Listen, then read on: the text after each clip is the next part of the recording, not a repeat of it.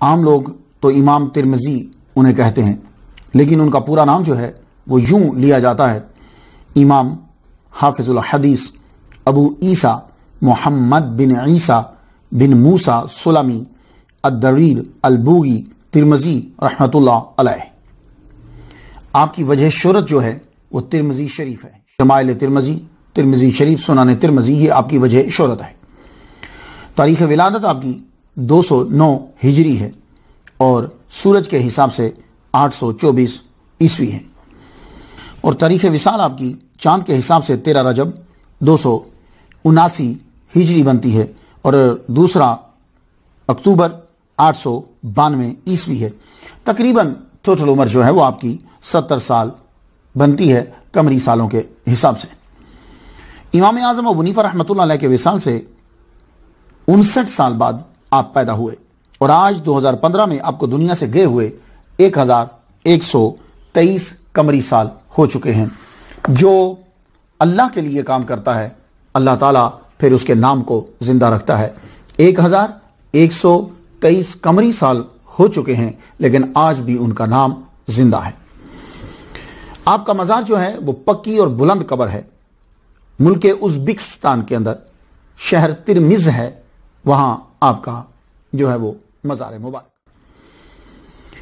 امام ترمذی تصوف اور شریعت یعنی طریقت و شریعت کا ایک حسین امتزاج ہے، بیک وقت صوفی اور ایک عالم بھی، باطن بھی پاک کرتے ہیں، ظاہر بھی پاک کرتے ہیں۔ دن کو احادیث کی صدائیں بلند ہوتی اور رات کو خوف خدا سے آہیں بلند ہوتی ہیں۔ آپ کا نام امام ابو عیسیٰ محمد بن عیسیٰ بن موسیٰ سلمی البوغی ترمذی رحمۃ اللہ علیہ۔ یہ امام ہیں کہ جن کے نام پر اعتراض ہو گیا، حالانکہ ان کا نام محمد ہے، لیکن چونکہ مشہور ہوئے ابو عیسیٰ سے، ابو عیسیٰ ترمذی، ابو عیسیٰ ترمذی، تو یہ جو ان کی کنیت ہے نا، ابو عیسیٰ مینس عیسیٰ کا باپ، تو آپ کے بیٹے کا نام بھی عیسیٰ ہے، آپ کے ابا کا نام عیسیٰ ہے، یہ جان تو ابو عیسیٰ آپ کے بیٹے کا نام تھا، تو اس کنیت پر اعتراض ہو گیا۔ یہ امام کا اصل نام محمد ہے، آپ کے نام پہ اعتراض نہیں ہے، آپ کی کنیت پر اعتراض ہے۔ فیروز اللغات کے اندر ایک کتاب ہے، وہاں لکھا ہے کہ عیسیٰ کا معنی ہوتا ہے گناہ سے بچانے والا، یہ ایک معنی اس کا بیان کیا ہے۔ تو آپ کے بیٹے کا نام ہے عیسیٰ، اس لیے آپ کی کنیت ہوئی ابو عیسیٰ، عیسیٰ کا باپ۔ ویسے میں بارہا بتا چکا ہوں کہ ابو کا معنی صرف باپ ہی نہیں ہوتا، ابو کا معنی والا بھی ہوتا ہے۔ تو اگر ابو کا معنی والا کیا جائے تو پھر آپ کی کنیت پر اعتراض نہیں ہو سکتا۔ جیسے ابو ہریرہ تو بلی کا باپ نہیں کریں گے، وہ عظیم صحابی بلی کا باپ نہیں ہے، بلی والا ہے۔ مولا علی ابو تراب ہیں، مٹی کے باپ نہیں ہیں، مٹی والے ہیں، آپ کے ساتھ مٹی لگی ہوئی تھی۔ ابو الاعلیٰ بلندی کا باپ نہیں، بلندی والا ہے۔ تو اب اگر ابو کا معنی والا کیا جائے تو اعتراض ہٹ جاتا ہے، لیکن ابو کا معنی باپ کیا جائے تو پھر اعتراض ہوتا ہے۔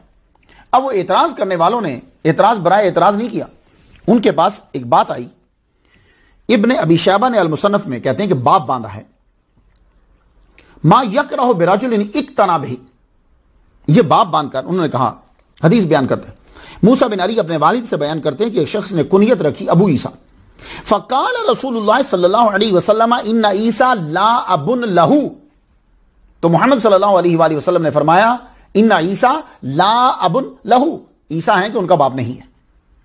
اب حدیث کو اگر پڑھا جائے تو اس میں صراحتاً ممانعت نہیں ہے، لفظوں سے تو یہ واضح ہوتا ہے کہ حضور صلی اللہ علیہ وآلہ وسلم انفارم کر رہے ہیں، بتلا رہے ہیں کہ دیکھو عیسیٰ کا باپ نہیں ہے۔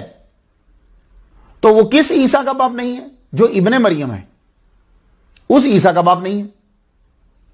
تو یہاں تعلیم دی جا رہی، بتلایا جا رہا ہے، لیکن اگر کوئی آدمی نبیوں کے نام پر اپنے بچے کا نام رکھتا ہے اور نبیوں کے نام پر اپنے بچے کا نام رکھنا جائز ہے، تو پھر اس عیسیٰ کا تو باپ ہوگا نا، اس عیسیٰ کا تو باپ ہوگا۔ صراحتاً ممانعت کنیت کی نہیں پائی جا رہی، جیسے حضور صلی اللہ علیہ وآلہ وسلم نے اپنی کنیت رکھنے پر صراحتاً منع کیا، صراحتاً منع کیا۔ تو اس میں بھی یہ کہہ دیتے ابو عیسیٰ کنیت نہیں رکھو، یہ کنیت نہیں رکھنی، عیسیٰ نام رکھ لو، جیسا حضور صلی اللہ علیہ وسلم نے ابو القاسم کے بارے میں کہا کہ یہ کنیت نہیں رکھنی۔ تو معلوم یہ ہوا کہ آپ یہ بتا رہے ہیں، ہاں یہ ہو سکتا ہے کہ کراہت ہو، کیونکہ مسلمان جو ہے وہ اس بات پہ بلیو نہیں رکھتا کہ عیسیٰ علیہ السلام کے والد گرامی ہیں، وہ یہی یقین رکھتا ہے کہ عیسیٰ علیہ السلام، اور پھر اتنے بڑے امام کہ جن کو اتنی لاکھوں حدیثیں یاد ہیں، تو کیا ان کو یہ نہیں معلوم تھا کہ ابو عیسیٰ کنیت جو ہے یہ رکھنا جائز ہے یا ناجائز ہے؟ تو انبیاء کے ناموں پہ جب نام رکھنا جائز ہے تو پھر کسی عیسیٰ کا باپ تو ہوگا۔ تو آپ کا اصلی نام ہے محمد، والد کا نام بھی عیسیٰ ہے، اور دادا کا نام موسیٰ ہے۔ 209 ہجری میں پیدا ہونے والا شخص تو عیسیٰ ابن مریم کا باپ تھوڑی نہ ہو سکتا۔ تو یہ ان لوگوں نے دلائل دیے کہ جو کہتے ہیں کہ ابو عیسیٰ زیادہ سے زیادہ اس کنیت میں کراہت ہو سکتی ہے، تو میں نے آپ کی نظر باتیں کر دی۔ سلامی کہتے ہیں کہ آپ عربی النسل ہیں اور عرب کے قبیلہ بنو سلیم سے تعلق رکھتے ہیں۔ ویسے کچھ لوگوں نے یہ کہا ہے کہ سارے ائمہ جو ہیں وہ عربی نہیں ہیں، کچھ لوگ یہ بھی کہتے ہیں کہ جتنے یہ سیاستہ کے امام جو ہیں یہ عربی نہیں ہیں، کہتے ہیں کہ ولا ہے سب۔ تو سلامی جو ہے کہتے ہیں کہ آپ عربی النسل ہیں اور عرب کے قبیلہ بنو سلیم سے تعلق رکھتے ہیں۔ البوگی، یہ آپ کے نام کے ساتھ لفظ لگتا ہے، البوگی کیوں لگتا ہے؟ یہ اصل میں بغ یا بوغ، یہ میں نے دونوں پڑھے ہیں، بغ بھی پڑھا ہے یعنی واو کے بغیر، اور بوغ بھی پڑھا ہے میں نے۔ تو کہتے ہیں بوغ جو ہے یہ اصل میں ایک گاؤں ہے جو ترمز سے کچھ مائلز دور تھا، اس لیے آپ کو بوگی کہا جاتا ہے، یعنی بوغ گاؤں کے رہنے والے، ترمزی۔ اس سے آپ مشہور ہوئے زیادہ، امام ترمزی، بڑے ترمزی سید بھی ہوتے ہیں۔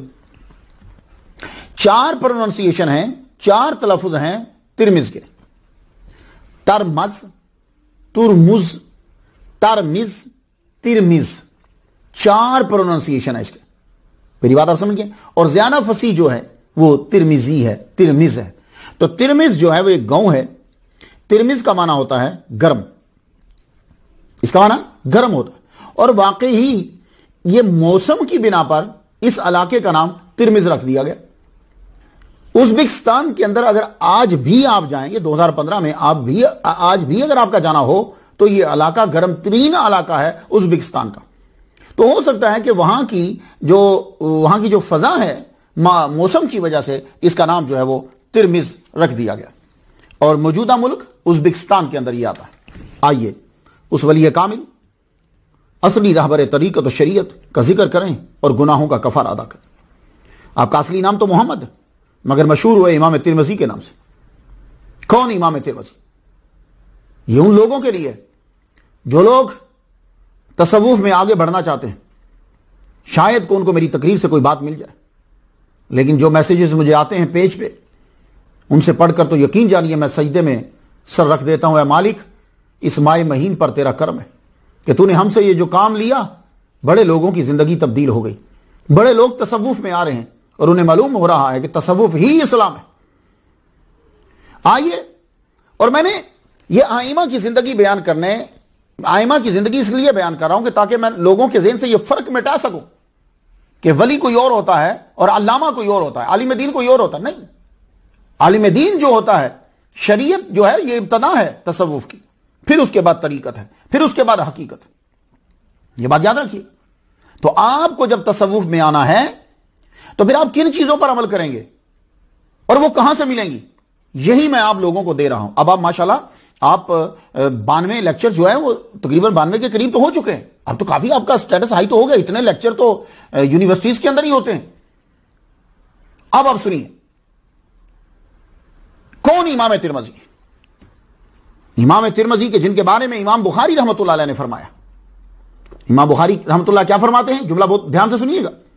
من تفات بکا اکثر مما انتفات بی، جو امام بخاری کہہ رہے ہیں کہ جو میں نے تم سے حاصل کیا ہے، نفع لیا ہے، وہ زیادہ ہے بنسبت اس کی جو تم نے مجھ سے لیا ہے۔ آئے آئے آئے، یہ جملہ یاد رہے، امام بخاری سید المحدثین کہہ رہے ہیں کہ اے ترمذی، آپ ان سے یہ فرما رہے ہیں کہ میں نے ما انتفعت بکا، اکثر ما نافیہ نہیں ہے، جو میں نے نفع لیا ہے، بکا تجھ سے وہ اکثر ہے، مما انتفعت بھی، اس سے کہ جو تو نے مجھ سے نفع لیا.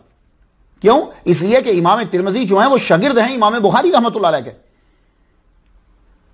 اور امام بخاری رحمۃ اللہ علیہ نے 2 احادیث امام ترمذی رحمۃ اللہ علیہ سے لی ہیں. یہ جملے بھی ذرا سن لیجئے، کرامتوں سے ہٹ کر ذرا ان جملوں کو سن لیجئے، اور یہ بھی کرامتیں ہی ہیں، اصل میں سمجھا جائے تو یہ کرامتیں ہیں کہ امام بخاری جیسا محدث جو ہے وہ امام ترمذی رحمۃ اللہ علیہ سے 2 حدیثیں آپ نے لی ہیں. تو پھر اب مجھے ذرا نتیجہ نکال لینے دیجئے کہ امام بخاری امام ترمذی شاگرد ہوئے امام بخاری کا، اور امام بخاری بھی شاگرد ہوئے امام ترمذی کے. تو بھائی 2 حدیثیں تو لی ان سے. اللہ اکبر. اور امام مسلم رحمۃ اللہ علیہ نے، کون امام ترمذی کہ جن سے امام مسلم رحمۃ اللہ علیہ نے 1 حدیث لی ہے، روایت کی. تو معلوم ہوا امام ترمذی شاگرد امام مسلم کے، اور امام مسلم شاگرد ہوئے امام ترمذی کے. اللہ اکبر جل، اللہ اکبر جل شان. عمران بن غیلان رحمۃ اللہ علیہ کا کہنا ہے کہ امام ترمذی بالاتفاق ثقہ تھے، اور کہتے ہیں کہ دلیل کیا ہے کہ وہ ثقہ تھے؟ کہتے ہیں کہ مجھے اور کوئی دلیل دینے کی ضرورت ہی نہیں ہے. بھائی جس شخص کے اوپر امام بخاری رحمۃ اللہ علیہ جیسا محدث اعتماد کر رہا ہو اور آپ سے استفادہ کر رہا ہو، پھر اور دلیل دینے کی کیا ضرورت ہے مجھے؟ تو انہوں نے فرمایا امام محمد بن اسماعیل بخاری رحمۃ اللہ علیہ نے اپنے وصال کے بعد اہل خراسان کے لیے علم میں، عمل میں امام ترمذی جیسا کوئی شخص نہیں چھوڑا. تو اس جملے سے یہ پتا چلا کہ امام ترمذی رحمۃ اللہ علیہ پر جو چھاپ ہے، جو آپ کے اوپر ہاتھ ہے، جو آپ کے اوپر اثر ہے، وہ امام بخاری رحمۃ اللہ علیہ کا ہے. بڑے چہیتے شاگرد ہیں امام بخاری رحمۃ اللہ علیہ کے، امام ترمذی رحمۃ اللہ علیہ. یہ کیوں بتا رہا ہوں آپ کو؟ اس لیے کہ تاکہ آپ کو سمجھ میں آ جائے کہ جو انہوں نے کتاب لکھی ہوگی وہ کتاب کتنی بلند پائے کی ہوگی. اور ہمیں ان سے صرف یہی نہیں، یہ جو جملہ جو کہہ دیتے ہیں کہ بخاری شریف میں ہے، نہیں، بخاری شریف والے خود ان سے استفادہ کر رہے ہیں. بات آپ کی سمجھ میں کچھ آ نہیں؟ بخاری شریف والے خود ان سے استفادہ کر رہے ہیں. اب آ جائیے، جب آپ کو کچھ تعارف ہو گیا تھوڑا سا، اب آگے خاندان کا پس منظر کچھ تھوڑا سا معلوم تو ہو جائے. ہوتا یہ ہے کہ بچپن جو ہے وہ بہت کم معلوم ہوتا ہے ہمیں. جب یہ مشہور ہو جاتے ہیں تو پھر اس کے بعد یا بعد میں لوگوں کا دھیان اس طرف جاتا ہے، رجحان جاتا ہے، تو پھر وہ لوگ جو ہیں وہ بھی جا چکے ہوتے ہیں جو ان کا بچپن جانتے ہیں. پھر ان کو وہ چیزیں ہی ملتی ہیں کہ وہ لوگ ملتے ہیں جب یہ مشہور تھے تو ان سے ملاقات کری، تو بچپن کے ساتھی تو آپ کے ساتھ ہی چلے گئے. اب شہرت ہوتی ہے بعد میں جا کر، کتابوں کو پڑھا جاتا ہے بعد میں، پھر دھیان دیتے ہیں لوگ ان کی چیزوں کی طرف. تو لیکن جس وقت ان کی شہرت ہوتی ہے تو لکھنے والے کو وہی بندے ملتے ہیں جو شہرت کے وقت ان کے ساتھ ملے تھے، تو ان کو بھی اتنا ہی پتا ہوتا ہے. یہی وجہ ہے کہ ہمارے پاس کچھ چیزیں مس ہو جاتی ہیں بچپن کی. خاندان اور پیدائش آپ کا امام ترمذی رحمۃ اللہ علیہ کا تعلق بنو سلیم سے ہے، یہی عام طور پر کتابوں میں لکھا ہوا ہے. یہ قبیلہ بنو سلیم جو ہے، یہ قبیلہ حجاز اور نجد میں رہا کرتا تھا. شروع میں یہ قبیلہ جو ہے اسلام کا بڑا سخت دشمن تھا. 5 ہجری میں جنگ خندق میں اس قبیلے نے اسلام کے خلاف لڑا ہے اور مسلمانوں کو مارا ہے. لیکن اس جنگ کے بعد، جنگ خندق کے بعد، اس قبیلے نے اسلام قبول کر لیا. جب اسلام قبول کیا تو جنگ حنین میں 8 ہجری میں جو ہوئی ہے، اس جنگ میں یہ پھر اسلام مسلمانوں کے ساتھ تھے، اسلام کے حلیف تھے یہ مسلمانوں. اس کے بعد انہوں نے وہاں سے ہجرت کر دی، نجد چھوڑ دیا. کیوں؟ اس لیے کہ وہاں رہتے تو نبی کے دشمن رہتے. عجیب سا اثر ہے وہاں کا. وہاں سے نکلے یہ لوگ. یہ نجد کون سی جگہ ہے؟ بلند جگہ. کہاں ہے وہ آپ لوگ جانتے ہو، ریاض. آج جدید نام اس کا ریاض ہے، وہ سارے ملا کر ریاض بنا دیا گیا اس کا نام. تو وہاں چھوڑ دیا اسے، بنو سلیم نے چھوڑ دیا. پھر یہ مصر کے راستہ سے نارتھ افریقہ میں داخل ہو گئے. آپ جانتے ہیں نارتھ افریقہ کسے کہا جاتا ہے؟ کہتے ہیں کہ نارتھ افریقہ کے اندر 7 ممالک آتے ہیں. اس میں الجیریا شامل ہے، اس میں مصر شامل ہے، لیبیا شامل ہے، مراکو بھی آتا ہے، سوڈان آتا ہے اس کے اندر، تونیزیا آتا ہے اس کے اندر، موریتانیہ آتا ہے، یہ بھی اس کے اندر شامل کر لیتے ہیں، کہتے ہیں بعد میں شامل ہوا. تو نارتھ افریقہ کے علاقوں میں یہ نومیڈزم جو ہے یہ انہوں نے پھیلایا. خیمے بنا کے رہنا، بنجارے جو ہوتے ہیں، یہاں رہے، یہاں قبیلہ، وہاں قبیلہ، وہاں یہ رہتے تھے. تو یہ لوگ آج بھی آپ کو ملیں گے، لیکن آج ذرا تھوڑی سی شکل جدید ہو چکی. ان لوگوں نے جب یہ نجد سے حجاز سے جب یہ نکلے ہیں تو اب آگے روزی روٹی کے لیے انہوں نے تین کاموں کو اپنایا. پہلا کام تو سب سے بڑا جو ان کا کام ہوتا تھا وہ یہ تھا عسکری، یہ فوج میں شامل ہوتے تھے. اس کے بعد اگر فوج چھوڑ دی ہے تو پھر تجارت میں بھی شامل ہوتے تھے. اگر تجارت بھی نہیں کر پا رہے تو زراعت میں شامل ہو جاتے تھے. پھر یہ کھیتی باڑی کرتے تھے، وہ چونکہ زمین گھر میں ہی ہوتی، گھر کے اڑوس پڑوس میں، تو کھیتی باڑی کرتے. جوان جو ہیں وہ تجارت کرتے، اور جو جوان جو ہوتے وہ عسکری قوت میں چلے جاتے. تو بنو سلیم نے بھی انہی تینوں کو اپنایا. تو یہ آگے سفر کرتے کرتے کرتے یہ لوگ جو ہیں پھر آگے کچھ خاندان، ایک جو ہے وہ ادھر چلا گیا، ایک ادھر چلا گیا. تو امام ترمذی رحمۃ اللہ علیہ کے دادا جو ہیں موسیٰ سلامی، یہ خاندان جو ہے یہ مرو میں رہا کرتا تھا. یہ مرو خراسان کا دارالحکومت تھا. یہ بڑا اہم علاقہ تھا. اب یہ علاقہ ترکمانستان میں ہے. موسیٰ سلامی مرو سے ترمز میں آ گئے. مرو سے انہوں نے ہجرت کری ترمز کے اندر. یہ ترمز جو ہے یہاں اپنا خاندان آ کر انہوں نے چلایا. امام ترمذی رحمہ اللہ کے دادا. ترکمانستان کا گرم ترین یہ علاقہ. تو اللہ تعالیٰ نے یہ جو امام ترمذی کے دادا ہیں موسیٰ، انہیں بیٹا عطا فرمایا عیسیٰ. اس کی پرورش کی، شادی کی. اللہ تعالیٰ نے ان کو بیٹا عطا فرمایا. 209 ہجری میں اللہ تعالیٰ نے ایک بیٹا عطا فرمایا. نام اس کا رکھا محمد. یہ نام رکھنا بتلا رہا ہے. نام سے پتہ چل جاتا ہے، جنرلی نام سے پتہ چل جاتا ہے کہ آدمی جو ہے وہ کس ماحول میں ہے، اس کا مائنڈ کیا ہے. یہ بات سارا تو نہیں، 100% تو نہیں کہتا، لیکن نام دیکھ کے آپ بتا دیں گے کہ یہ فیملی جو ہے اس کا رجحان کس طرف ہے. میں کافی ساری فیملیوں کو نام سے پہچان لیتا ہوں، کبھی کبھی ہوتا ہے کہ نہیں. اب یہ نام محمد یہ بتا رہا ہے کہ آپ کے والد گرامی، آپ کے دادا، آپ کا خاندان جو ہے وہ پورا مذہبی گھرانہ ہے. تبھی تو نام محمد رکھ رہے ہیں. کوئی اور بھی تو نام رکھ سکتے تھے نا. اپنا نام، بیٹے کا نام عیسیٰ رکھا، پوتے کا نام محمد ہے. یہ نام بتلا رہے ہیں کہ یہ خاندان جو ہے وہ مذہبی خاندان ہے. اس خاندان کے اندر اسلام رائج ہے اور یہ اسلام پر عمل کر رہے ہیں. اللہ اکبر جل شانہ. تو نام جب محمد رکھا تو یہ محمد نام جب آپ اپنے بیٹے کا رکھتے ہو تو آپ جانتے ہو کہ اس کا اثر کیا ہوتا ہے.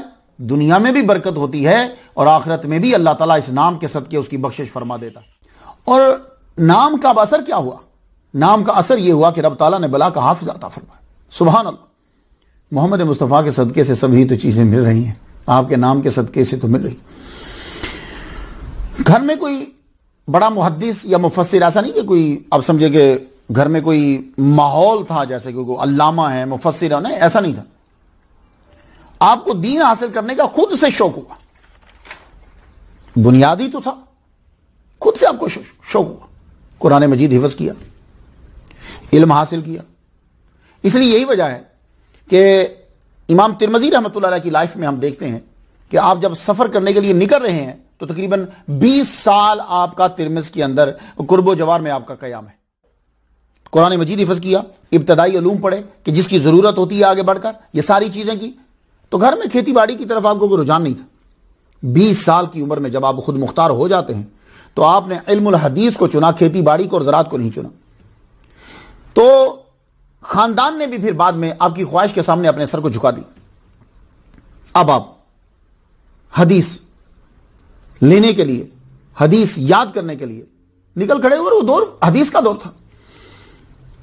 آپ نے تقریباً 200 اساتذہ سے علم حاصل کیا.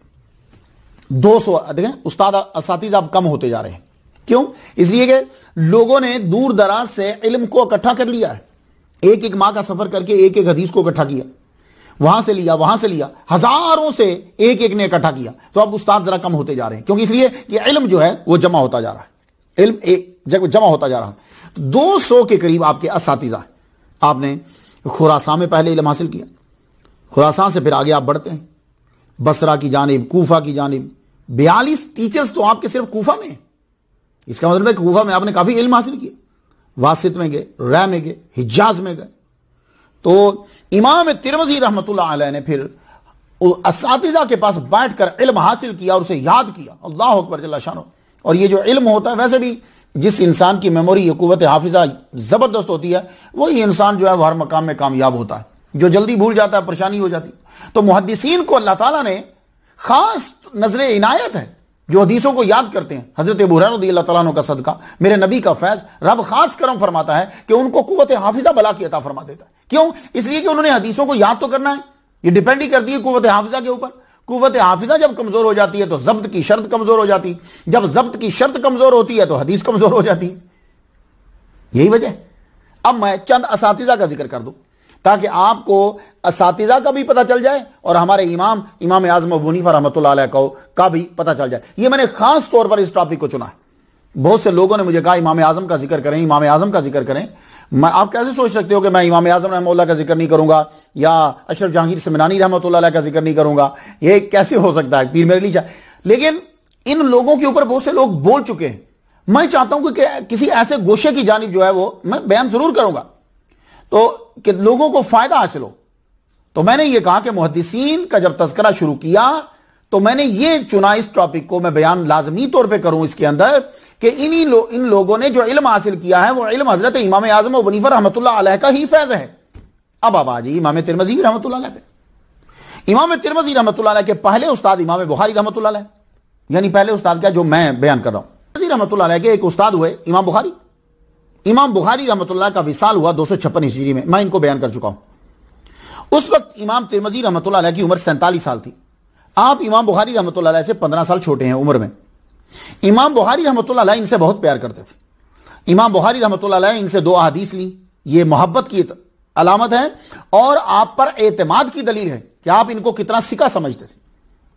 امام بخاری رحمۃ اللہ علیہ کی کتاب التاریخ سے آپ نے کافی استفادہ کیا.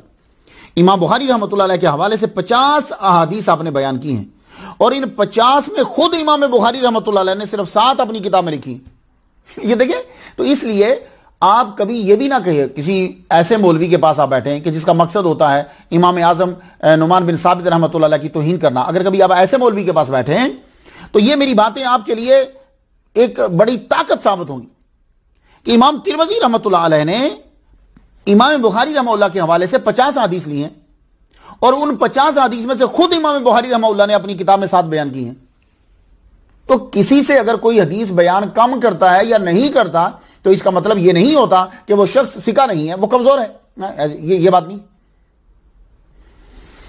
امام ترمذی رحمۃ اللہ علیہ شاگرد امام بخاری رحمۃ اللہ علیہ کے، امام بخاری رحمۃ اللہ علیہ شاگرد مکی بن ابراہیم رحمۃ اللہ علیہ کے، مکی بن ابراہیم رحمۃ اللہ علیہ شاگرد امام اعظم ابو حنیفہ رحمۃ اللہ علیہ کے. تو یوں چوتھے محدث بھی امام اعظم ابو حنیفہ رحمۃ اللہ علیہ کے شاگرد ہوئے. گویا کہ شاگرد ہوئے. ایک اور نام جو امام ترمذی رحمۃ اللہ کے اساتذہ میں آتا ہے وہ امام مسلم ہے. ان پہ بھی میں گفتگو کر چکا ہوں جنہوں نے مسلم شریف لکھی. تو امام مسلم رحمۃ اللہ علیہ کا وصال 261 ہجری میں ہوا. اس وقت امام ترمذی رحمۃ اللہ علیہ کی عمر 52 سال تھی. تہذیب الکمال جلد 24ویں صفحہ 434 پہ ہے کہ آپ نے امام مسلم رحمۃ اللہ علیہ سے روایت لی ہے. امام ترمذی امام مسلم سے 7 سال چھوٹے ہیں. امام ترمذی شاگرد تھے امام مسلم کے. امام مسلم شاگرد ہوئے امام یحییٰ بن معین کے اور یہ شاگرد تھے امام عبداللہ بن مبارک رحمۃ اللہ علیہ کے اور یہ شاگرد ہیں حضرت امام اعظم ابو حنیفہ رحمۃ اللہ علیہ کے. تو امام ترمذی بھی امام ابو حنیفہ رحمۃ اللہ کے شاگرد ہیں.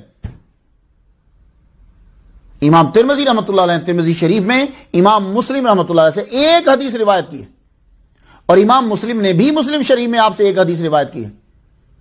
تو کسی سے کم روایت کرنا یا نہ روایت کرنا یہ اسے دلیل مت بنائیے کہ وہ اس کے نزدیک وہ سکا نہیں تھا. ایسا نہیں. عباد بن یعقوب اسدی رحمۃ اللہ علیہ ایک اور نام آتا ہے امام ترمذی رحمۃ اللہ علیہ کے اساتذہ کے اندر. آپ کا وصال ہوا 250 ہجری میں. اس وقت امام ترمذی رحمۃ اللہ کی عمر مبارک تھی 41 سال. امام زہبی نے اپنی کتاب الکاشف فی معرفت من لہ روایت فی الکتب الستہ میں، الکاشف فی معرفہ من لہ روایہ فی الکتب الستہ کہ صفحہ 532 جلد پہلی میں لکھا ہے کہ امام ترمذی رحمۃ اللہ علیہ نے ان سے روایت لی ہے. حضرت یعقوب بن ابراہیم آپ کے اساتذہ میں سے ایک اور اہم نام جو ہے. ان کا وصال ہوا 252 ہجری میں. اس وقت امام ترمذی رحمۃ اللہ علیہ کی عمر جو ہے وہ 43 سال تھی. علامہ ابن حجر اسقلانی رحمۃ اللہ علیہ نے تہذیب التہذیب جلد 11 صفحہ 334 پہ یہ لکھا ہے کہ امام ترمذی نے اور ائمہ صحاح ستہ نے روایت کی ان سے. تو بات سمجھ میں آ گئی. محمود بن غیلان، آپ کا وصال ہوا 239 ہجری، اس وقت امام ترمذی رحمہ اللہ کی عمر جو ہے وہ 30 سال تھی۔ علامہ جلال الدین السیوطی رحمۃ اللہ فرماتے ہیں طبقات الحفاظ جلد پہلی صفحہ 80 پہ کہ امام ابو داؤد کے علاوہ 5 ائمہ نے آپ سے روایت کی ہے، اور ان سے 342 احادیث روایت کی ہیں امام ترمذی رحمۃ اللہ علیہ۔ تو امام ترمذی شاگرد ہوئے محمود بن غیلان کے، یہ شاگرد تھے امام عبد الرزاق بن حمام کے، اور یہ شاگرد تھے امام اعظم ابو حنیفہ رحمۃ اللہ علیہ کے۔ محمد بن مصنع، آپ کا وصال ہوا 252 ہجری میں، اس وقت امام ترمذی رحمۃ اللہ علیہ کی عمر تھی 43 سال۔ خطیب بغدادی نے تاریخ بغداد میں جلد سوئم صفحہ 284 پہ لکھا ہے کہ صحاح ستہ کے مؤلفین نے ان سے روایت کی ہے۔ تو پتہ یہ چلا کہ امام ترمذی شاگرد ہوئے محمد بن مصنع رحمۃ اللہ علیہ کے، یہ شاگرد تھے امام مکی بن ابراہیم رحمۃ اللہ علیہ کے، اور یہ شاگرد تھے حضرت امام اعظم ابو حنیفہ رحمۃ اللہ علیہ کے۔ اور ایک اور اہم استاد امام ترمذی رحمۃ اللہ علیہ کے ہارون بن عبداللہ بزاز، آپ کا وصال ہوا 243 ہجری میں، اس وقت امام ترمذی رحمۃ اللہ علیہ کی عمر تھی 34 سال۔ تہذیب الکمال 30ویں جلد صفحہ 97 پہ ہے کہ آپ سے امام بخاری کے سوا 5 ائمہ حدیث نے روایت کی ہے۔ تو امام ترمذی شاگرد ہوئے ہارون بن عبداللہ بزاز کے، یہ شاگرد تھے امام فضل بن دکین کے، اور یہ شاگرد تھے امام اعظم ابو حنیفہ رحمۃ اللہ علیہ۔ بات کو سمجھ میں آئی؟ محمد بن بشار بندار، بشار ہے یہ محمد بن بشار بندار، ان سے 495 حدیث جو ہے امام ترمذی رحمۃ اللہ علیہ نے دی، اور امام دارمی رحمۃ اللہ علیہ، آپ کا وصال ہوا 255 ہجری میں، اس وقت امام ترمذی رحمۃ اللہ علیہ کی عمر 46 سال تھی۔ آپ امام ترمذی سے 28 سال بڑے تھے۔ انہوں نے یزید بن ہارون سے علم حاصل کیا، اور یزید بن ہارون نے امام ابو حنیفہ سے۔ تو امام ترمذی رحمۃ اللہ علیہ شاگرد ہوئے امام دارمی کے، امام دارمی شاگرد تھے یزید بن ہارون کے، اور یہ شاگرد تھے حضرت امام اعظم ابو حنیفہ رحمۃ اللہ علیہ۔ بات کوئی سمجھ میں آ رہی ہے آپ کو؟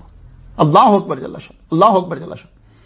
محدث خراسان قتیبہ بن سعید، یہ بھی آپ کے اہم اساتذہ میں سے ایک استاد ہیں۔ تہذیب جلد 8ویں صفحہ 322 پہ کہ امام ترمذی نے ان سے حدیث سماع کی ہے۔ آپ کا وصال ہوا 240 ہجری میں، اس وقت امام ترمذی رحمۃ اللہ کی عمر تھی 31 سال۔ امام ترمذی شاگرد ہوئے امام قتیبہ بن سعید کے، یہ شاگرد تھے فضیل بن ایاس کے، اور یہ شاگرد تھے حضرت امام اعظم ابو حنیفہ رحمۃ اللہ علیہ۔ تو یوں فضیل بن ایاس رحمۃ اللہ علیہ سے تصوف کا جو فیض ہے وہ امام ترمذی رحمۃ اللہ علیہ کے پاس آیا۔ یہی وجہ ہے کہ آپ کو امام ترمذی رحمۃ اللہ علیہ کے اندر تصوف بھی نظر آئے گا آپ کو واضح طور پر، اور آپ کو علم حدیث شریعت بھی نظر آئے گا۔ اللہ اکبر جل شانہ۔ اللہ نے آپ کو قوت حافظہ غضب کا عطا فرمایا، اور اللہ تعالیٰ کا یہ تمام محدثین جتنے بھی حدیث بیان کرنے والے ہیں، اللہ تعالیٰ کا خاص کرم رہا ان کے اوپر جنہوں نے حدیثیں جمع کی۔ کیوں؟ اس لیے کہ انہوں نے دور دراز جانا تھا، حدیثوں کو لکھنا تھا، تو کاغذ اور یہ چیزوں کا زیادہ تو نہیں، اللہ تعالیٰ نے ان کو حافظہ عطا فرمایا۔ اور یہ میموری تبھی پاورفل ہوتی ہے جب انسان کا کردار پاورفل ہوتا ہے، جب انسان گناہوں سے محفوظ ہوتا ہے، اور گناہوں سے محفوظ ہونے والے کو تو ولی کہتے ہیں، صوفی کہتے ہیں۔ بھنگ پینے والے کو، چرس پینے والے کو، نماز نہ پڑھنے والے کو، شریعت کے خلاف کام کرنے والے کو صوفی نہیں کہتے، یہ صوفی ہیں، اور یہ اتنے بڑے صوفی ہیں کہ ان کی یاداشت، قوت حافظہ سب سے پاورفل۔ اللہ اکبر جل شانہ۔ اب ان کا حافظہ اور یادداشت جو ہے وہ کتنی پاورفل ہے، میں مثال دے دوں تو بات سمجھ میں آ جائے۔ ایک مثال دیتا ہوں قوت حافظہ کی جب آپ پڑھ رہے ہیں، اور ایک مثال دیتا ہوں اس دور کی جب آپ پڑھا رہے ہیں۔ آپ جو پڑھ رہے ہیں اس کی مثال ایک لے لیجیے۔ امام ترمذی رحمۃ اللہ علیہ نے ایک شیخ سے احادیث جو ہیں وہ لی، اور اس شیخ کی وہ حدیثیں آپ نے 2 جز لکھ لیے۔ اب آپ کا من یہ چاہتا تھا کہ یہ جو حدیثیں اس شیخ کی ہیں وہ کبھی میں اس شیخ کے سامنے پڑھ دوں۔ اللہ کا کرم ایسا ہوا کہ آپ جب حج کرنے کے لیے جا رہے تھے تو مکہ کے راستے کے اندر وہ شیخ اس قافلے کے اندر مل گئے، ملاقات ہو گئی۔ آپ نے جب شیخ کو دیکھا تو دوڑے ہوئے شیخ کے پاس گئے، شیخ سے جا کے عرض کی، شیخ میری بڑی آرزو اور خواہش تھی، 2 جز جو آپ سے روایت ہیں میرے پاس حدیثوں کے لکھے ہوئے ہیں، میں چاہتا ہوں کہ وہ میں آپ کے سامنے پڑھ دوں۔ تو شیخ نے کہا ٹھیک ہے، لے آؤ، آپ پڑھ لیجئے، میں سنتا ہوں۔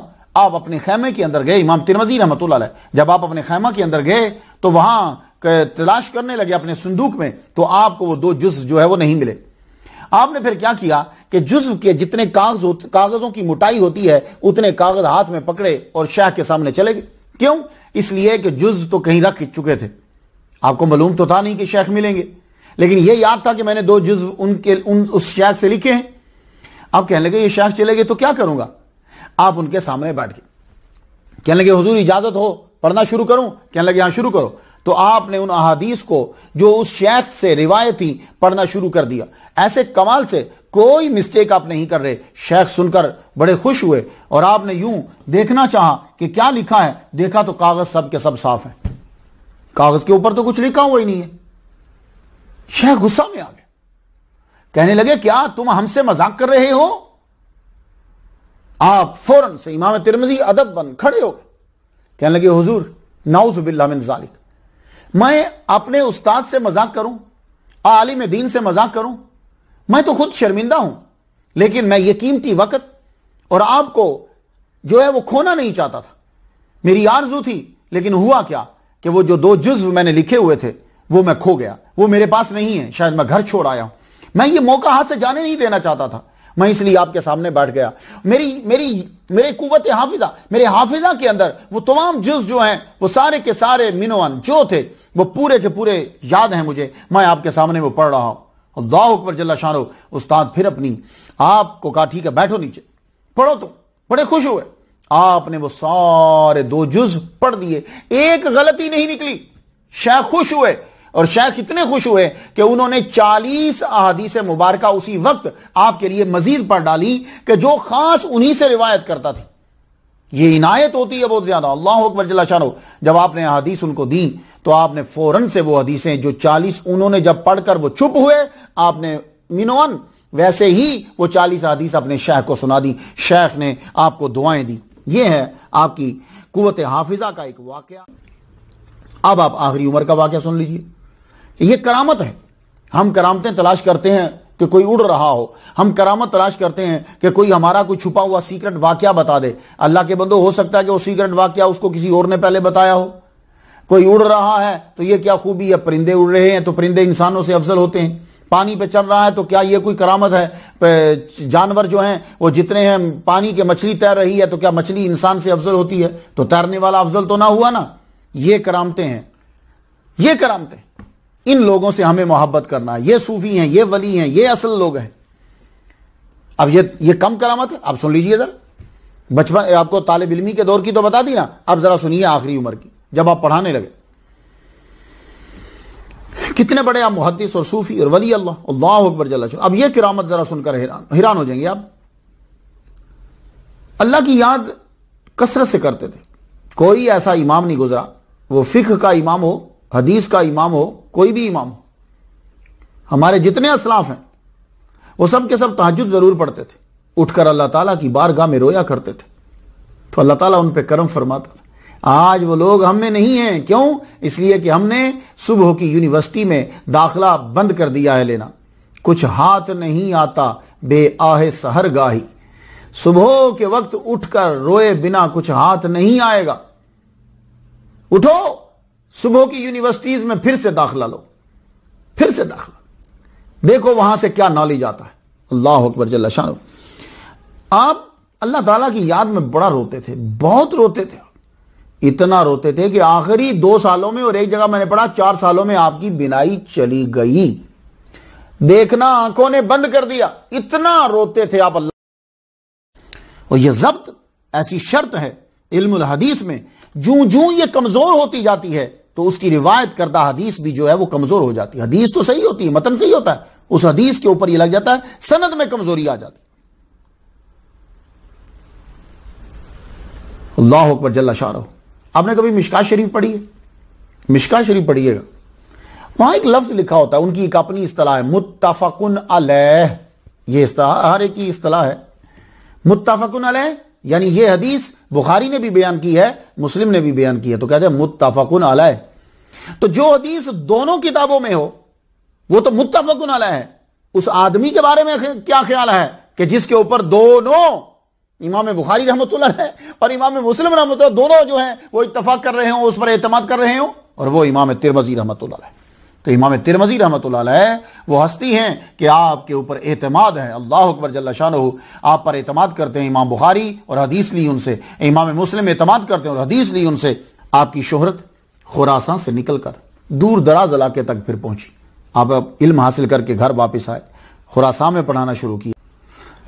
تو کہتے ہیں صاحب علم جہاں بیٹھ جاتا ہے پھر اس کی شہرت اس ولی کامل کی پھیلتی، دور دراز تک جاتی، اللہ تعالیٰ اس کا چرچا کرتا ہے۔ آپ کی سب سے بڑی کرامت جو آج تک لوگوں کو فائدہ دے رہی ہے وہ آپ کی شورى آفاق کتاب سنن ترمذی۔ یہ سنن ترمذی، اللہ اکبر، جب میرے پاس جو ہے یہ ادارہ ضیاء المصنفین کی ہے، ضیاء القرآن پبلیکیشنز، ان سے بھی ملاقات میری بڑے عرصے پہلے پاکستان کے اندر ہی ہوئی تھی۔ بہت زبردست کتاب، یہ ہے آپ کی وجہ شہرت۔ اب اس کتاب کو سنن ترمذی کہا جاتا ہے، لیکن اس کتاب کے ساتھ صرف سنن نہیں لگتا۔ میں ابو داؤد رحمۃ اللہ علیہ کے تذکرے میں سنن کا تذکرہ کر چکا ہوں۔ سنن ترمذی مشہور ہوئی، لیکن اس کے ساتھ الجامع صحیح دونوں لگتا ہے۔ الحدیث والمحدثون میں بھی اسے الجامع صحیح کہا گیا ہے۔ علامہ ابن اسیر نے جامع الاصول کے مقدمہ میں ترمذی کو، سنن ترمذی کو صحیح کہا ہے۔ تو آپ کی یہ کتاب جامع، الصحیح اور سنن تینوں کی تعریف کو ٹچ کرتی ہے۔ جامع کتاب اسے کہتے ہیں الجامع، جیسے بخاری ہے، مسلم ہے، الجامع اسے کہتے ہیں جس کے اندر 8 موضوعات کی حدیثیں ہوں، اور وہ موضوعات جو ہیں وہ میں نے آپ کو بتایا تھے، تفسیر ہے، عقائد ہے، احکام ہیں، آداب ہیں، فتن ہے، اشراط ہیں۔ اس کو بھی جب ہم پڑھتے ہیں اس کے اندر بھی وہ ساری چیزیں ہیں، سوشل کے بارے میں، احکامات کے بارے میں، فقہ کے بارے میں اس میں آ رہا ہے، اور ایون کہ قرآن کی تفسیر کے بارے میں بھی بیان کیا گیا۔ یہ دیکھیے باب ما جاء فی فضل سورۃ الکہف، قرآن کی تفسیر بھی اس کے اندر ہے، مناقب بھی اس کے اندر ہے، فقہ جو ہے وہ بھی اس کے اندر ہے۔ تو کہتے ہیں کہ الجامع الصحیح، چونکہ اس کے اندر صحیح حدیثیں ہیں، الصحیح سنن ترمذی۔ ابواب فقہیہ سے متعلقہ احادیث بھی ہیں، اس کے علاوہ دوسرے مضامین کو بھی آپ نے ٹچ کیا، تفسیر، مناقب، آداب۔ خطیب بغدادی نے کہا کہ اس کتاب کا نام ہے الجامع الصحیح للترمذی۔ انہوں نے سنن نہیں کہا، انہوں نے کہا الجامع الصحیح للترمذی۔ تو ادارہ ضیاء المصنفین نے جو سنن ترمذی 2011 جون میں چھاپی ہے، اس میں احادیث کی تعداد 3975 ہے، جو نمبر دیے ہوئے ہیں 3975۔ تو کچھ اس کے اندر اس کو بھی کاؤنٹ کر دیا ہے جو آپ نے تعریف بیان کرتے ہوئے کی ہے، لیکن اس کو کاؤنٹ اس لیے کیا ہے کہ اس تعریف کے اندر بھی آپ نے حدیث بیان کی ہے۔ اب جیسے حسن کی تعریف جو ہے وہ بیان کر رہے ہیں کہ میں حسن حدیث کس کو سمجھتا ہوں، جب میں حسن کہتا ہوں تو وہاں بھی نمبرنگ کر دی گئی، وہ اس کی وجہ سے کہ اس کے اندر حدیث بیان کی ہے۔ تو چونکہ میرا ٹاپک حدیث نہیں ہے، میں تو یہ بھی اس لیے بیان کر رہا ہوں کہ جب آپ تصوف میں آنے لگو تو آپ کو معلوم ہو کہ ہمیں کیا کیا کتاب سے پڑھنا ہے، اور اگر کوئی اعتراض ہو جائے تو وہ پہلے سے آپ کے مائنڈ کے اندر ہو۔ یہ کتاب لکھی تو آپ نے امام بخاری، امام مسلم، ابو داؤد اور نسائی کے بعد ہے، مگر اس کا درجہ بخاری اور مسلم کے بعد ہے، ترمذی کا درجہ جو لوگ یہ کہتے ہیں۔ شیخ ہرات عبداللہ انصاری فرماتے ہیں کہ میرے نزدیک جامع ترمذی بخاری اور مسلم سے زیادہ مفید ہے۔ عبداللہ انصاری رحمۃ اللہ علیہ فرما رہے ہیں۔ اب ان کی نظر ہوگی کیونکہ یہ ایکسپلینیشن زیادہ ٹکا کے کرتے ہیں، واضح کرتے ہیں۔ حجت اللہ البالغہ جلد پہلی صفحہ 36 پہ ہے کہ یہ کتاب مجتہد کے لیے کافی ہے اور مقلد کو بے نیاز کر دینے والی، مقلد کو بے نیاز کر دینے والی، جو تقلید کرنے والا۔ امام ترمذی رحمہ اللہ کی یہ کتاب سنن ترمذی، الجامع صحیح سنن ترمذی، یہ وہ کتاب ہے کہ جس کے اندر ہم دیکھتے ہیں حسن حدیث کو متعارف کروایا آپ نے۔ پہلے یہ ہوتا تھا کہ یہ حدیث صحیح ہے، آپ نے حسن حدیث کو متعارف کروایا، اور آپ کی کتاب کی خصوصیت ہے کہ آپ اس حدیث کا مرتبہ بھی بیان کر دیتے ہیں کہ یہ حدیث کیا ہے، اور ایک ہی حدیث کے اندر جو خوبی ہیں وہ ساری بیان کر دیتے کہ ایٹ اے ٹائم حدیث صحیح بھی ہے، حسن بھی ہے، غریب بھی ہے، تو آپ سب بیان کریں۔ اور ایک خصوصیت جو آپ کے سنن ترمذی میں ہے، آپ نے فقہا کا مذہب بھی بیان کر دیا، استدلال اس سے کیا، یہ بیان کیا آپ نے بھی اپنے پیش و محدثین۔ اب یہ ہے کہ آپ کی خصوصیت ہے کہ آپ نے صحیح حدیثیں جمع کی ہیں، یہ سب نے جمع کی. صحیح ہے جی. آپ کی خصوصیت ہے کہ آپ نے راویوں کے نام جو ہیں کنیت بیان کی, وہ سب نے کی ہے. وہ امام بخاری کے نے بھی کئی جگہ پہ کر دی, امام مسلم نے بھی کئی جگہ, امام داؤد نے بھی کی جگہ. تو یہ بھی انہوں نے بھی انہی کے پیچھے یہ چلے. یہ کیوں بیان کرتے تھے؟ اس لیے کہ راوی مجہول نہ رہ جائے, کیونکہ بعد میں آنے والوں کے پاس اتنا علم نہیں ہوگا, اور وہ لوگ جو ہیں جب حدیث پڑھیں تو راوی کو پڑھ لیں تو پتہ چل جائے کہ یہ راوی کون سا ہے. ایسا نہ ہو کہ وہ اسماء الرجال کی کتاب کھول کے بیٹھ جائیں. میری بات سمجھ نا, ہم جیسے جو لوگ ہیں. تو آپ کی کتاب میں ایک ثلاثی حدیث بھی ہے. اللہ اکبر جل شان. دیکھو کتنے فخر کی بات ہے کہ ہماری کتاب کے اندر ایک ثلاثی ہے حدیث. میں ثلاثیات بیان کر چکا ہوں نا. آپ ذرا سوچو کہ جب ثلاثی باعث فخر ہے تو امام اعظم ابو حنیفہ نعمان بن ثابت رحمت اللہ علیہ کا مقام کیا ہوگا کہ جن کے پاس احادیات ہیں. احادیات بس بیچ میں ایک ہی آدمی ہے اور حضور سے بیان کر رہے ہیں, ایک ہے. اللہ اکبر جل شانہ. اس لیے میں کہتا ہوں اللہ سے دوستی کرنے سے پہلے اس کے دوستوں سے دوستی کرو, پھر اللہ سے بھی دوستی ہو جائے گی. شیطان بہت عابد عبادت گزار تھا, اس کی ساری چیزیں ٹھیک تھیں, توحید اس کی بڑی زبردست تھی, بس وہ اللہ کے دوست کو اس نے دوست نہیں مانا, رب تعالیٰ نے اس کو نکال دیا اور قیامت تک اس پہ لعنت بھیج دی. کہا جاتا ہے کہ صرف 83 حدیث جو ہیں احادیث ریپیٹڈ ہیں. کہا جاتا ہے, یہ کہا جاتا مولوی سمجھ جاتے ہیں, کہا جاتا قیلا کا کیا مقام ہوتا ہے. آپ حدیث کا وہ حصہ بیان کرنے کی کوشش کرتے ہیں کہ جو باب سے میچ کرتا ہے. تو کہتے ہیں, کہا جاتا ہے کہ ترمذی شریف کے اندر ان احادیث کو امام نے بیان کیا ہے کہ جس حدیث پر کسی نہ کسی امام کا عمل رہا ہو. اب اس امام سے مراد یہ نہیں کہ امام اعظم, امام شافعی, امام احمد بن حنبل اور امام مالک ہی ہوں, کسی امام جو فقی بڑا مشہور, اس نے اس سے استنباط کیا. میری بات آپ کی سمجھ میں آ رہی ہے؟ سفیان ثوری بھی ہو سکتے ہیں, دوسرے بھی کوئی امام ہو سکتا ہے. اور آپ وہ محدث ہیں کہ جنہوں نے حدیث کے ساتھ فقہا کا مذہب بیان کر کے ہماری جو فقہ ہے اس کو محفوظ کر لیا. آپ کہیں گے جی وہ تو آج کل بھی بڑی کتابیں ہیں. او بھائی, یہ جو بعد میں لکھنے والے ہوتے ہیں نا, یہ لکھ ہی نہیں سکتے اگر پہلوں نے کچھ نہ لکھا ہو. تو ایک چیز پہلے کا کام پہلا ہی ہوتا ہے, خواہ وہ چھوٹا ہی ہو. یہ بات یاد رکھیے, جو پہلا کام کر گیا ہے وہی کام ہے. بعد میں آنے والا اگر اسے 3 گنا بڑا کر جائے تو وہ بھی اسی کا احسان ہے, اسی کا فیض ہے. تو آپ نے آئمہ کا ذخیرہ جو ہے وہ محفوظ کر لیا. کمپیریٹو فقہ کو آپ نے بیان کیا. اب آگے جا کے چاہے ساری کی ساری لکھ دیں. کہا جاتا ہے کہ پوری کتاب کے اندر کوئی موضوع حدیث نہیں ہے, یہ کہا جاتا ہے. اور آپ نے کسی ایسے شخص کی حدیث نہیں لکھی کہ جس کے اوپر تہمت ہوتی تھی جھوٹ کی.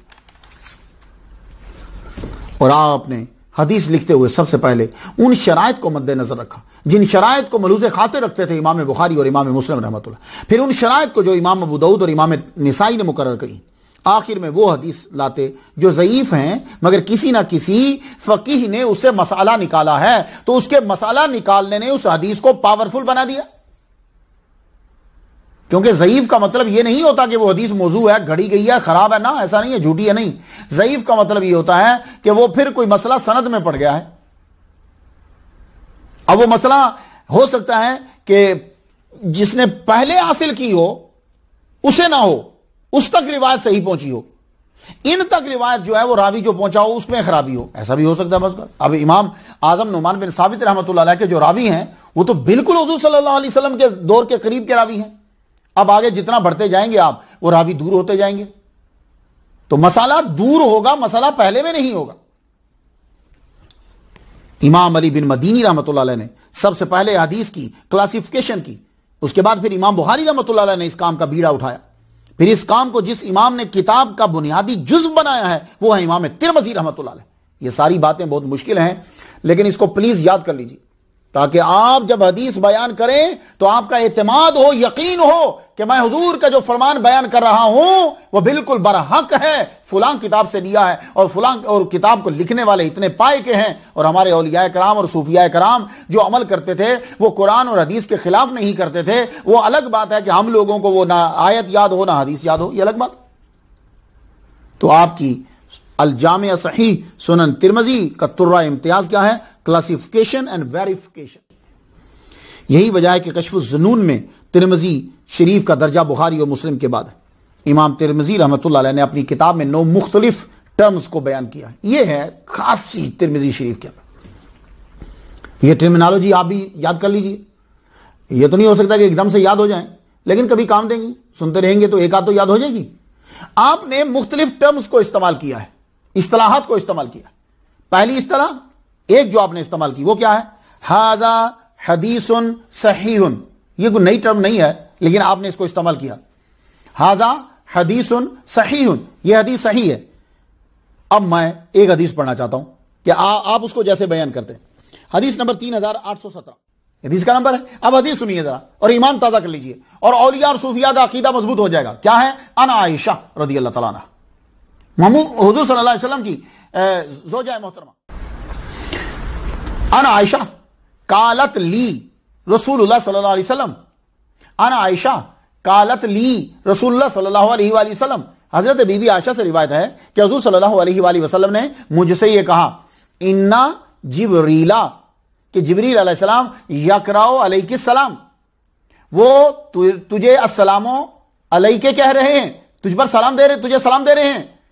تو بی بی عائشہ کہتی ہیں فقلت، میں نے یہ کہا، وعلیہ السلام ورحمۃ اللہ وبرکاتہ، ان پر بھی سلام، برکتیں اور اللہ کی رحمت.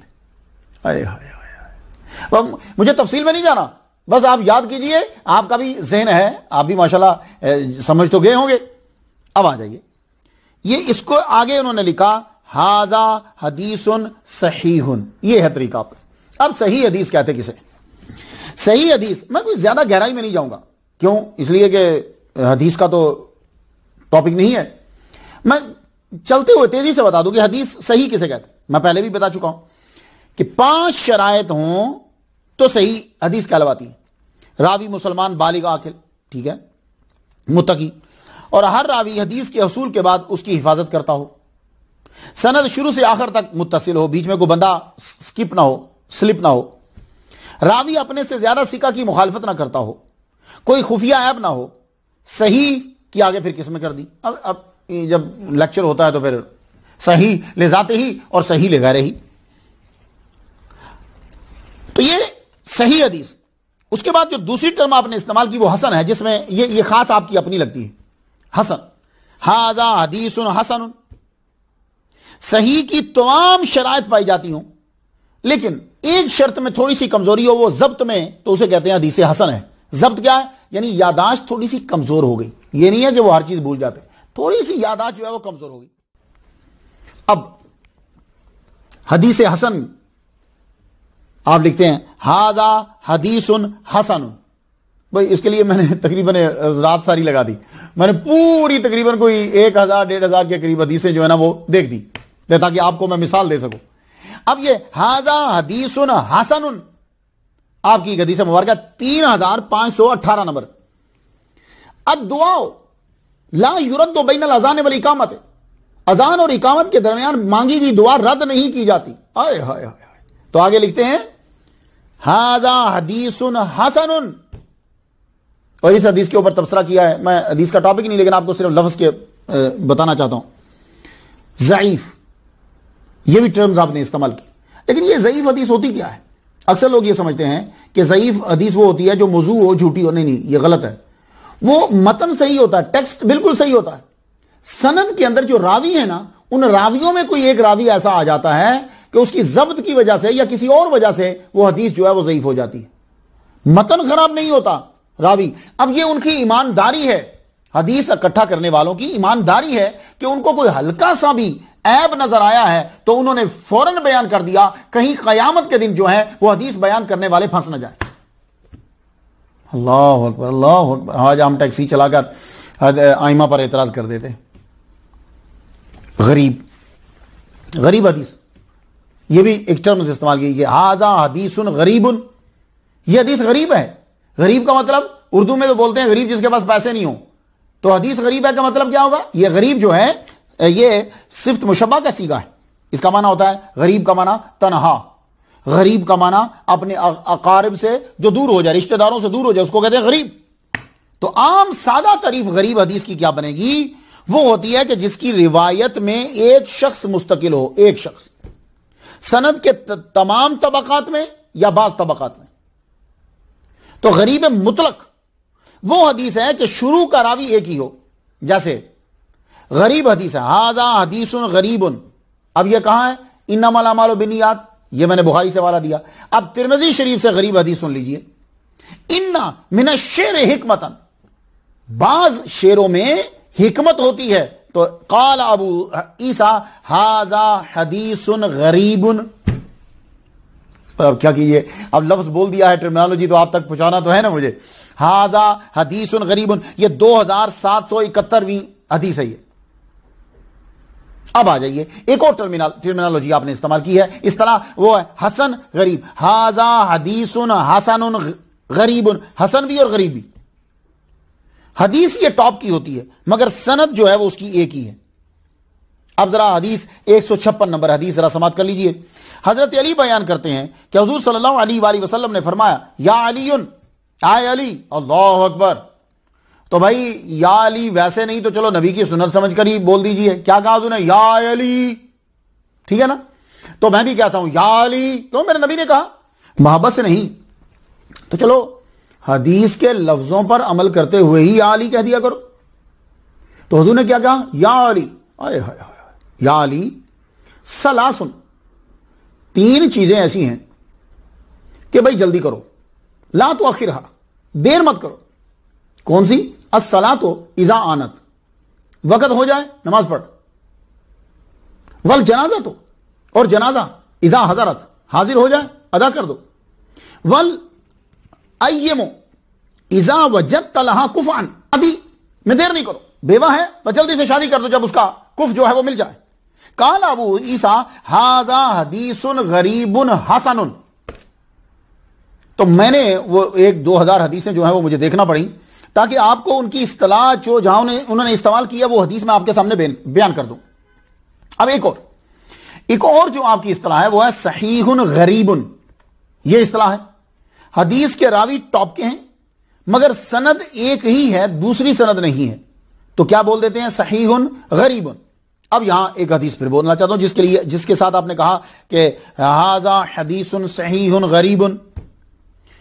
حضرت انس بن مالک بیان کرتے ہیں لما کان اليوم الذي دخل فيه رسول اللہ صلی اللہ علیہ وسلم المدینہ تداعى فيه كل شيء. حضور صلی اللہ علیہ وآلہ وسلم جب مدینہ میں داخل ہوئے تو ہر چیز منور ہوگی، روشن ہو گئی.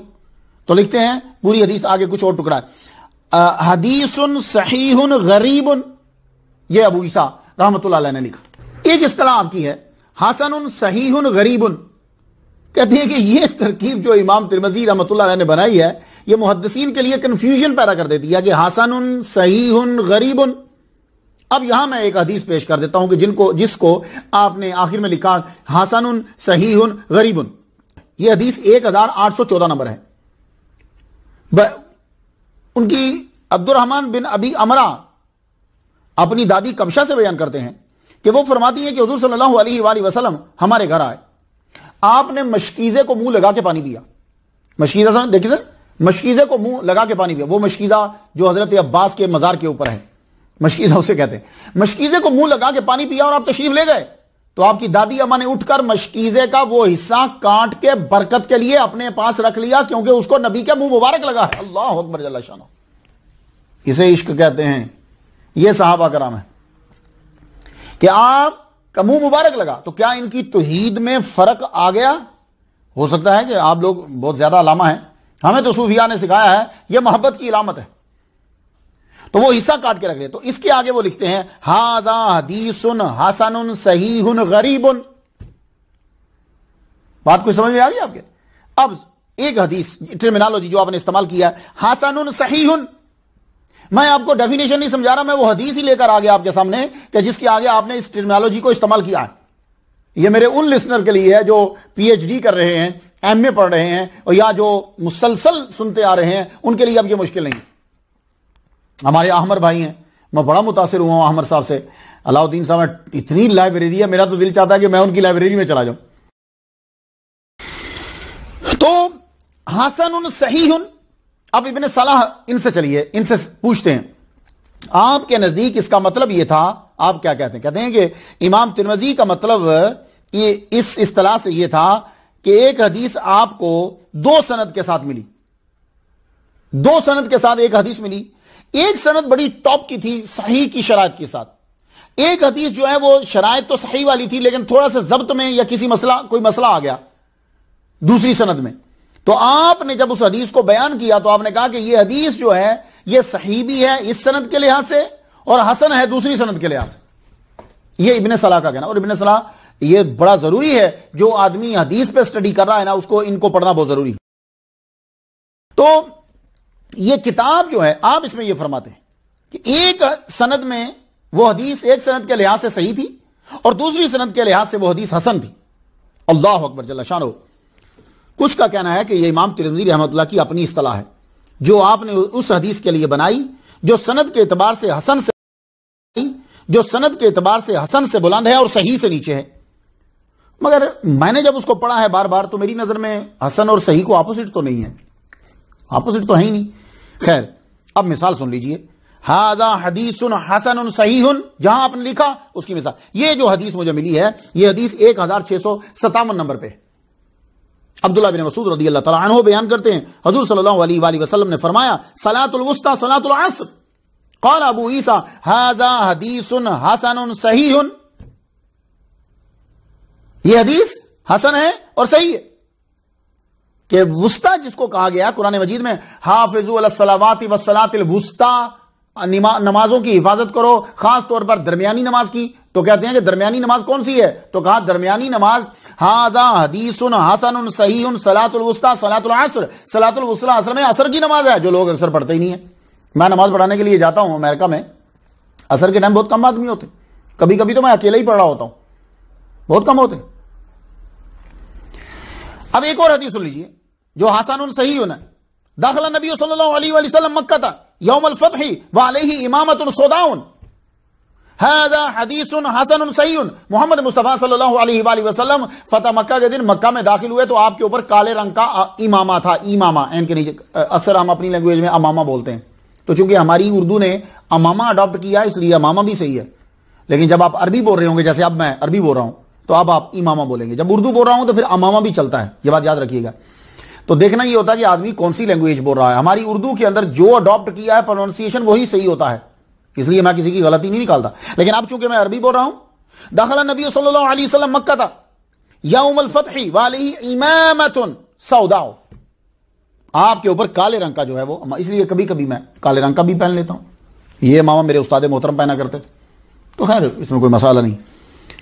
علامہ ابن کثیر نے اپنی تاریخ میں امام ترمذی کا قول نقل کیا کہ آپ نے جب یہ کتاب لکھی تو یہ ترمذی شریف لکھنے کے بعد، یہ کتاب لکھنے کے بعد آپ نے اس کتاب کو علماء حجاز کے سامنے رکھا، کیونکہ وہ علاقہ ہمارے لیے متبرک ہے. مکہ اور مدینہ کے لوگ، گورنمنٹ کی بات نہیں میں کر رہا، اس دور میں جو مکہ اور مدینہ کے لوگ ہیں، جو وہاں کے علامہ ہیں، اہل بیت ہیں، سید زادے ہیں، صحابہ کی اولاد ہیں، وہ ہمارے لیے بڑے متبرک ہیں. اللہ اکبر جل شانہ.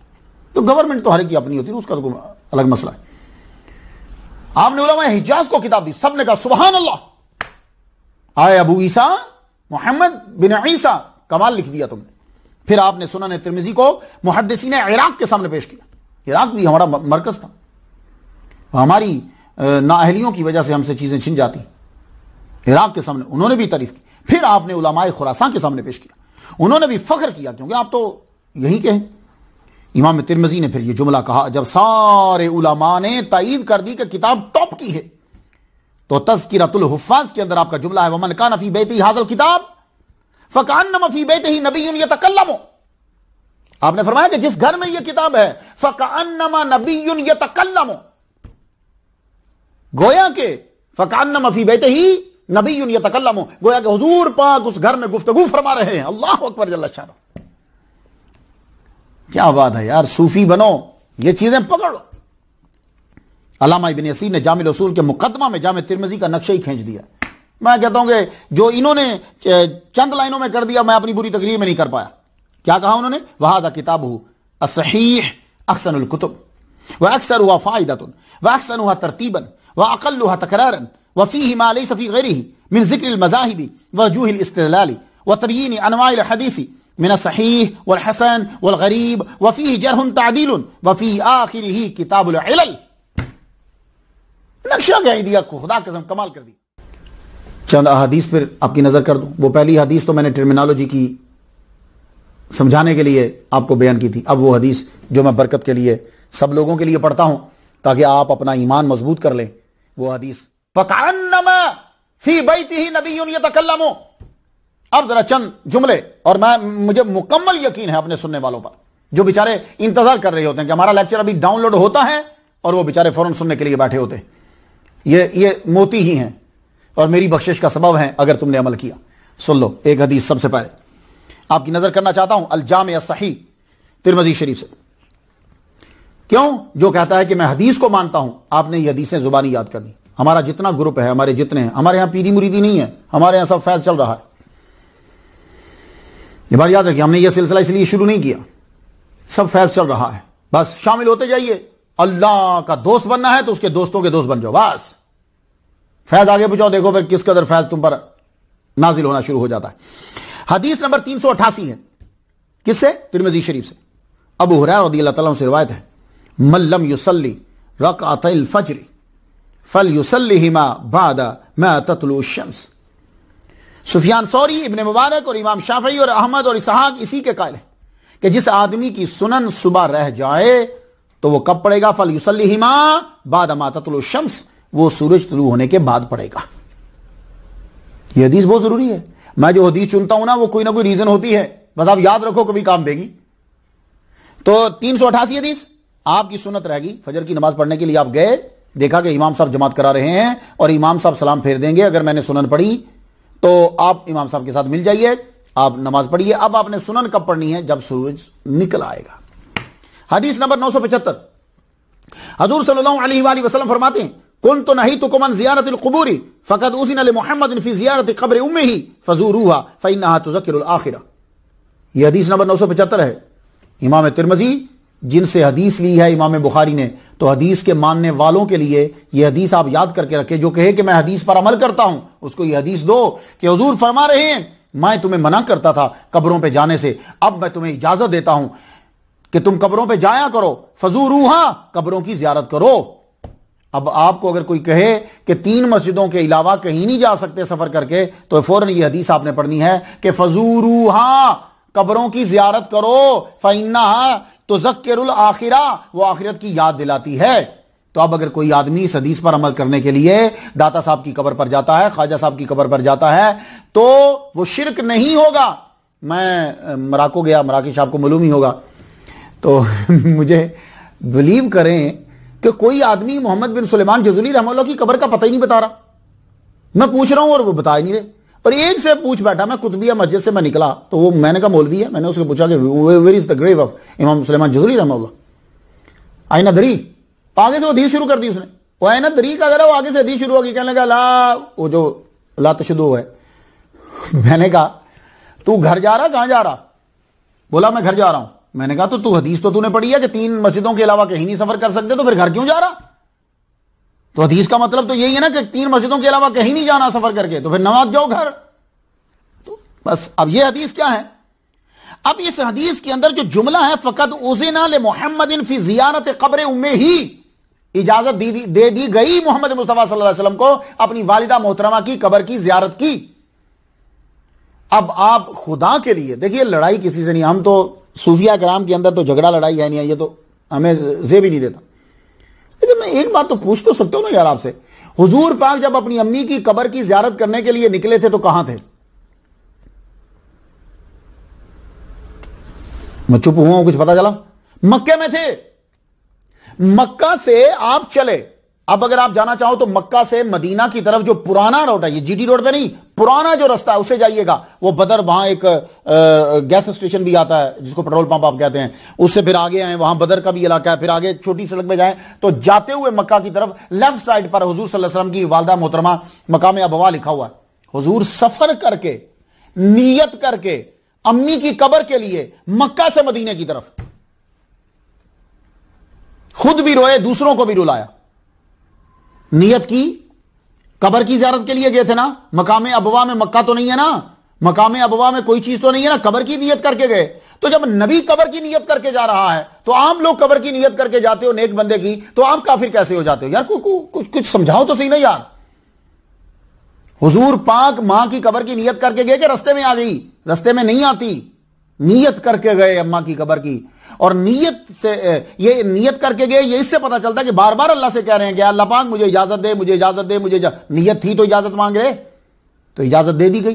کہا جاؤ جا کے ماں کی قبر کی زیارت کرو، لیکن یہ مت کہنا کہ اللہ ان کے گناہ بخش دے. کیوں؟ گناہوں کی معافی تو اس کی طلب کی جاتی ہے جس کے گناہ ہوتے ہیں. والدہ کے لیے یہ مت کہنا. تو دوسری حدیث مبارکہ ایک اور لے لیجئے، 3552 نمبر پر امام ترمذی نے، کہ جو استاد بھی ہیں امام بخاری کے، انہوں نے جو حدیث دی ہے اس حدیث کا باب کیا باندھا ہے؟ باب ما جاء فی میلاد النبی. اللہ اکبر جل شانہ، صوفیاء کے لیے بہترین دلیل. کیا باب باندھا؟ حدیث نمبر 3552 باب باندھا ہے، باب ما جاء فی میلاد النبی. تو اگر میلاد النبی شرک ہے تو یہ باب کیوں باندھ رہے ہیں اس کے اندر؟ تو حدیث ماننے والے کو اب یہ لفظ سننے چاہیے. تو اگر وہ نہیں سنتا تو سمجھ آئیے کہ وہ حدیث کو مان نہیں رہا، وہ حدیث کا استعمال کر رہا ہے. میلاد النبی کا آپ نے باب باندھا. اتنے بڑے محدث شرک و بدعت کر رہے ہیں. حدیث نمبر 1674 حضور صلی اللہ علیہ وآلہ وسلم نے فرمایا، غیر الشیبہ ولا تشبہوا بالیہود، حدیث حسن صحیح، کہ اپنے بڑھاپے کو تبدیل کرو لیکن یہودیوں سے مشابہ نہ ہو. اب تبدیل کیسے کریں گے بڑھاپے کو؟ حدیث نمبر 1675 پہ فرمایا، قال النبی ان احسن ما غیر بہ الشیب الحناء والکتم، بہترین چیز جس کے ساتھ بڑھاپے کی سفیدی بدلی جائے وہ مہندی ہے اور وسمہ ہے، یعنی سیاہ سرخی مائل خضاب، سیاہ سرخی مائل خضاب. یہ حدیث مبارکہ ہے. تو فقہاء نے اس لیے کہا کہ جس کی بیوی بہت چھوٹی ہوتی عمر میں تو وہ ساتھ چل رہا ہو تو بہت بوڑھا کہیں لگتا تو وہ جو ہے وہ کیا کرے گا، وہ اپنے بالوں کو جو ہے، یہ حدیث سے میں نے آپ کو حدیث جو ہے وہ پیش کر دی. تو جو دنیا میں آتا ہے اس نے آخر کار پھر جانا بھی تو ہے.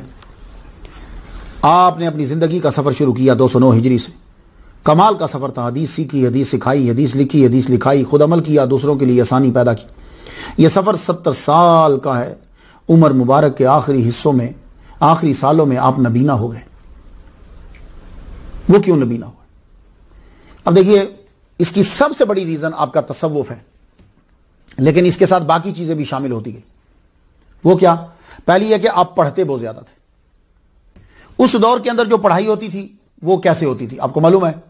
وہ دیا جلاتے تھے. اب دیا سامنے پڑا ہوتا تھا تو موسٹلی یوں پڑھتے تھے، ٹھیک ہے؟ تو دیے کے قریب رکھ کے کتاب کو جب پڑھتے تو اب کیا ہوتا تھا کہ وہ دیے کی جو لو ہوتی ہے نا، وہ کیا ہوتی ہے؟ وہ ہوا سے ہلتی جلتی ہے. جب وہ ہلتی ہے نا تو اس سے آنکھ پہ اثر پڑتا ہے. تو روشنی زیادہ ہو تو آنکھ پہ اثر کم پڑتا ہے. میرے والد گرامی طالب حسین شاہ رحمۃ اللہ علیہ، جب میں کبھی رات کو اٹھ کے پڑھتا تھا تو کہتے تھے یار لائٹ جلا لے، نظر پہ اثر پڑتا ہے. ابھی تک ان کے جملے مجھے یاد ہیں. تو وہ لو جو ہے وہ یوں ہلتی تو نظر پہ اثر پڑتا. اسی لیے آپ کی نظر جو ہے وہ، چونکہ یہ چیز سالوں تک رہی، ایک دن میں نہیں، سالوں، تو آپ کی نظر مبارک جو ہے وہ کمزور ہو گئی. دوسری ریزن کیا؟ امام بخاری رحمہ اللہ کا وصال ہو گیا. اس وقت آپ کی عمر 47 سال تھی. بڑا روئے ان کی یاد میں، ان کے غم میں بہت روئے. امام بخاری رحمۃ اللہ علیہ کے جب وصال ہوا تو ان کے غم میں بہت روئے. اس کا بھی اثر آپ کی بینائی کے اوپر پڑا. اور تیسری اور مین بات جو بچپن سے آپ کے ساتھ شامل تھی، جب سے آپ نے حدیثوں کو پڑھا، وہ تھا آپ کی گریہ زاری. تہجد کے وقت جب اٹھتے تھے آپ بہت روتے تھے، بہت روتے. آپ کی آنکھوں میں آنسو، اور اس وقت آنکھوں میں آنسو آ ہی جاتے. ہاں، تو جو بڑے بڑے بزرگان نے دی نا وہ تو یوں روتے تھے، داڑھی پکڑ کے تہجد کے وقت اٹھ کے رب کے سامنے یوں مجرموں کی طرح پیٹ، مالک میرے گناہ معاف کر دے، یا اللہ میرے گناہ معاف کر دے، میں مجرم تیری بارگاہ میں آیا. امام اعظم بہت روتے تھے. سب ہم لوگ تو آج اٹھ کر توہین کر دیتے ہیں، بدتمیزیاں کرتے ہیں. ان لوگوں کی پوری زندگی، ہم تو شاید نماز بھی پوری نہ پڑی ہو، ان کی تو تہجد کبھی قضا نہیں ہوتی. گریہ زاری، روتے تھے. امام ترمذی روتے تھے. زیادہ اثر آپ کی بینائی پر یہ رونے کی وجہ سے پڑا. رو رو کے آپ کی بینائی جو ہے وہ چلی. یہ رونے کی وجہ سے بینائی جاتی ہے. آپ کو سمجھانے کی ضرورت نہیں. حضرت یعقوب علیہ السلام، وَابْيَضَّتْ عَيْنَاهُ مِنَ الْحُزْنِ، تیری یاد میں رو رو کے، بھائی تیری یاد میں رو رو کے ابا کی بینائی چلی گئی ہے. تو وہ اللہ کے ڈر سے روتے تھے تو بینائی جو ہے وہ آپ کی چلی گئی. تو دنیا کے اندر ایک نیک مومن جب وہ نبینا ہوتا ہے تو اس کی یہی چیز اس کے جنتی ہونے کی علامت ہے۔ امام ترمذی جنتی، آپ 17 رجب 279 ہجری سوموار کو بوغ میں آپ کا وصال ہو گیا، اور آپ کا مزار جو ہے وہ ترمز میں، جو آج کے دور میں ازبکستان میں ہے۔